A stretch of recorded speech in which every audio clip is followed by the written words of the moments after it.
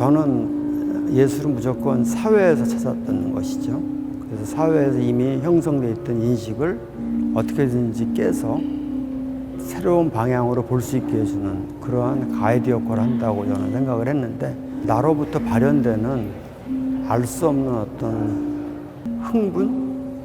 그거일 수도 있겠다라는 생각이 들어요. 그러니까 자기가 자기를 찾는 거죠.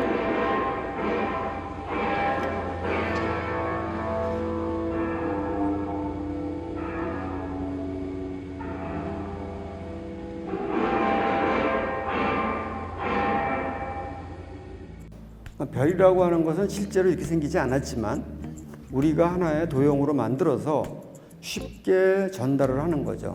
언어를 사용하지 않아도 모든 사람이 별이다 라고도 알게 되겠죠.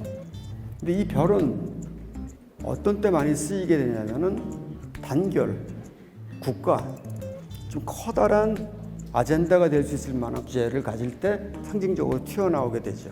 저는 그걸 도저히 못 참았어요. 모더니즘적 조각을 박살을 내버린 거죠. 차가 찌그러지면 원상 복귀시키듯이 저도 표면을 깨끗하게 만들었습니다. 부셔져 있는 장면을 감추기 위한 것이죠. 서구의 기준에 의해서는 일종의 형식이라는 게 처음에 시작이 됐었어요. 형식과 의도를 명확하게 구분해서 다른 작품과 차이를 둔 거죠. 차이를 둬야만이 독창성이라고 인정을 받은 거죠. 비슷하면 아무도 인정 안 하는 거죠. 자, 그것이 바로 서양에서 말하는 주지주의, 그러니까 지성적인 의미에서의 어떤 미술이라고 볼 수가 있는 것이고, 미술은 곧 지성과 연결되어 있다는 것을 암시적으로 얘기를 하는 거죠. 저는 그래서 일부러 굉장히 사실적인 것을 갖고 왔고, 서양의 관점에서 보면 되게 싸구려 조각이고요. 제 입장에서 봤을 때는 잘 만든 손과 돌이라는 의미가 되는 거겠죠. 그래서 이것이 제가 말하는 비정상 미술, 즉 비서구적인 미술이다. 그리고 망친 미술이다. 왜냐하면 서구권에서는 이걸 인정하지 않을 거기 때문에 이런 의미를 담고 있습니다. 운석이 만약에 떨어졌는데 그 안에 인간이 만든 상징 프로그램의 별이 나오게 된다면 말이 안 되겠죠. 약간 굉장히 유머러스하게 됐는데, 여러분한테 질문을 할 수도 있어요. 이게는 과연 제가 정한 대로 정상미술일까요? 비정상미술일까요? 라고요. 그래서 저는 사실은 두 개가 다 합쳐져 있는데요. 서양 사람들이 굉장히 예전부터 했던 것 중에 하나가 스펙타클이에요. 스펙타클 안에 여러 가지 의미가 있겠지만 쇼킹한 것도 있는 거고요. 그 다음에 스케일도 있는 거겠죠. 서양 미술에서 가장 싫어했던 것 중에 하나가 거대함이었습니다. 처음으로 이거를 해본 거죠. 좋으면서도 미운 상황이 됐고, 이건 사실은 되게 유머러스하다고 난 생각을 했지만 정상 미술에 따라가기 위해서 한번 해봤던 거죠. 저 분수가, 저 물이 태어나서 어딘가에서 흘러 들어와서 내가 지금 맡은 임무는 사람들 앞에서 올라갔다 들어갔다 하는 일들이었구나 라고 물이 생각할 것 같다고 저는 은유적으로 생각을 한 거죠. 그럼 저 물은 얼마나 고생스러울까. 분수라는 것을 물질적으로 만들고 분수를 위한 일종의 기념비를 만들었다고 보면 됩니다.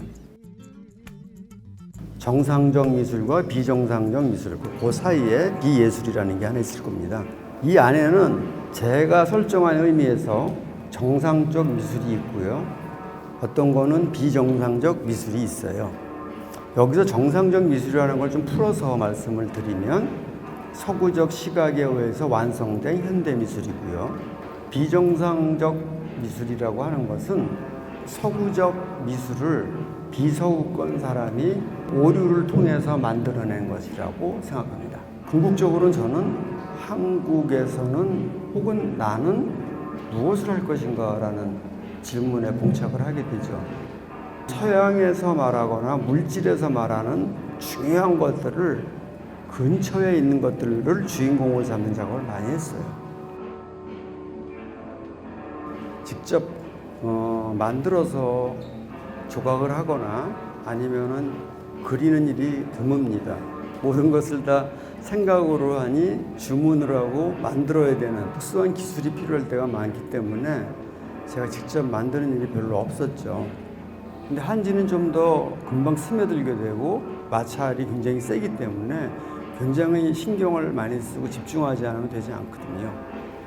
거기서 약간 제가 자유를 느꼈던 것 같아요. 그리기 쉬운 건 아크릴이기 때문에 아크릴로 실험을 하게 됐습니다. 서양에서 말하는 빌의 구도, 뭐가 가장 아름답냐는 서양에서 이미 예전에 다 정립이 돼서 끝난 얘기입니다. 그 구성적인 것을 어떤 식으로 내가 할 것인가로 바꿔버린 거죠.